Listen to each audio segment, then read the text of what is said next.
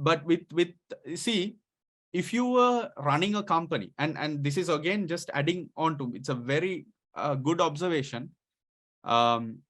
If you are running a company, and again, opinions can matter in this.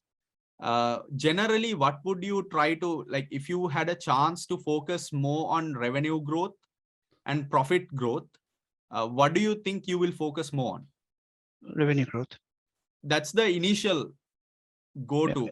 So relatively, whenever you see a case financially, whenever you see a case of revenue growth, because all right, you can work on the profits because it's a mid-level P&L matter, right? You're looking at expense management, cost management, looking at other avenues, you're looking at sourcing better material, cheaper material. So that, of course, you can subsequently do. The first job is to capture the customer, and that is reflected in the top line, in the revenue. So this perhaps could be, so all of these points, just, be familiar, because you never know how you can bring this into justifying your arguments. That's the important point. How about sorry. Yeah, sorry, go ahead. I'll ask later. No, I just wanted to add to your point is, can we say that Hot Air is trying to capture the export market, and that's why it's giving a discount or something. That's the reason it's losing the margin. Hypothetically, a potential option, obviously, right? Now, again, you have to think about it practically. Now, we are not a new company, right? So we are established. Yes. And we got into exporting by 1970s, we got into this. So that's one. The other thing about, and heat pumps are also, we are not new. We started manufacturing and selling heat pumps globally, 1997. On top of it, our product is very high end. We have patents, we have like serious operating costs, we have staff working on quality control. So this is a very expensive matter. So given that picture, right? Given that picture, because if you are a new entrant, or if it's a new product, you're trying to, grab customers, that sort of environment is better suited for a discounting model, right? Because you're trying to gain traction. But currently, with the picture that, and again, this is an opinion game, and these are hypotheticals. So I would reserve myself a little, I would hold myself a little back. Think about it. If you were running this company and you're running a very, very expensive operation and you're giving an excellent product, do you think you will want to discount heavily? I guess no, because it will hamper my brand, because people are buying thinking that I have a high quality. That's the reason I'm charging high. Yes, and another thing is, on top of it, you have pressure in the bottom line, right? Yeah. Though your revenue is good, there is pressure, like what Arpit mentioned. Now, in such a situation, will discounting add to will it be value adding? I guess no. No. So so it's just, you're just thinking around, and everything is definitely an option. And that was just my way of pressing against your point.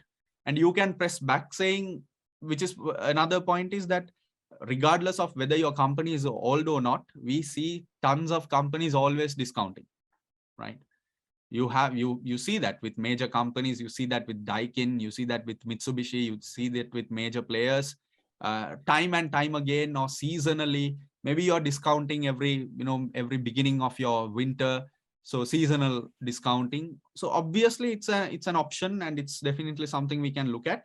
So at this point, what we can do is, in the analysis stage, we can think about all these angles. That's what we are trying to do. Okay. So keep doing this. This is exactly. Can I add one more point to this? So since Hot Air is more into business to business, and it wants to capture a market, export market, it has to go to the builders and other customer groups. So the only marketing what they can do is giving training to them to make them familiarize with the installation process and other stuff. So maybe they are incurring more cost on grabbing those customers so that they can promote their product into the market, into the main into the buildings, or to capture the market, export market, where Franzi has already made its name and reputation. Maybe that's the logic, if we can put in. If and again, hypothetically, it's one possibility, Sushma.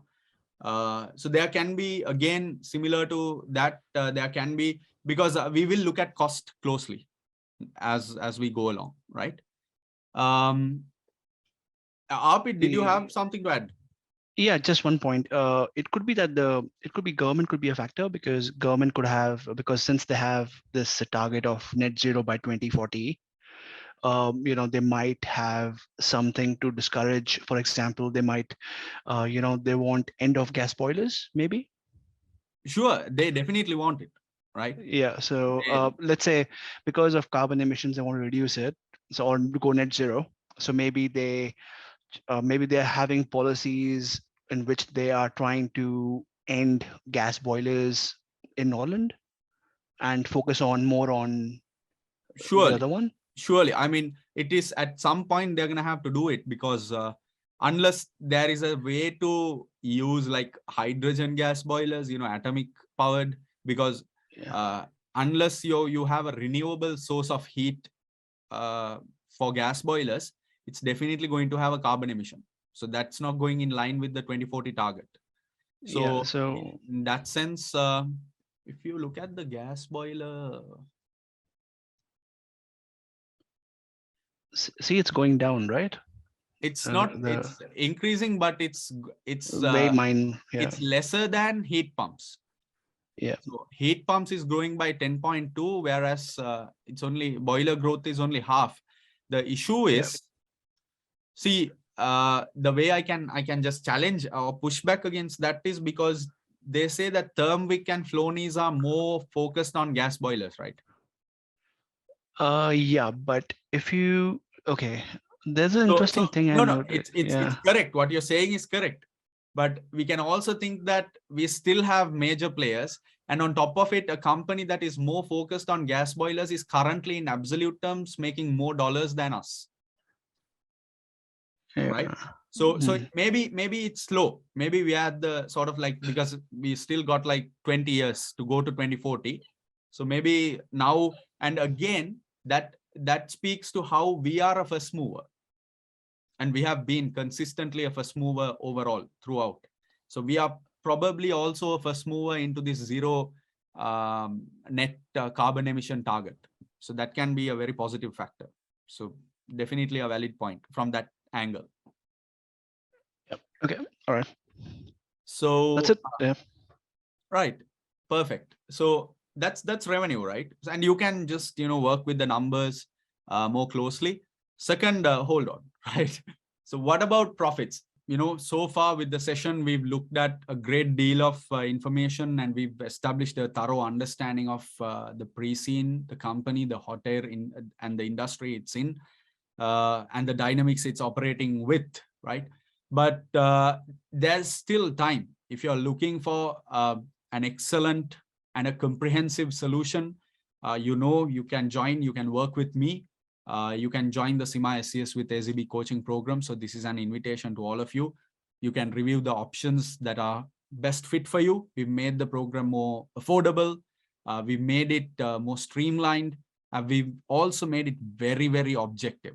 We are goal-oriented, and the goal is passing the exam. So we've designed the program in such a way that everything that we do will give you the necessary tools and will correct the approach you take toward passing this exam. So with that invitation, ladies and gentlemen, thank you so much for watching. All the very best for the upcoming challenge. Happy learning.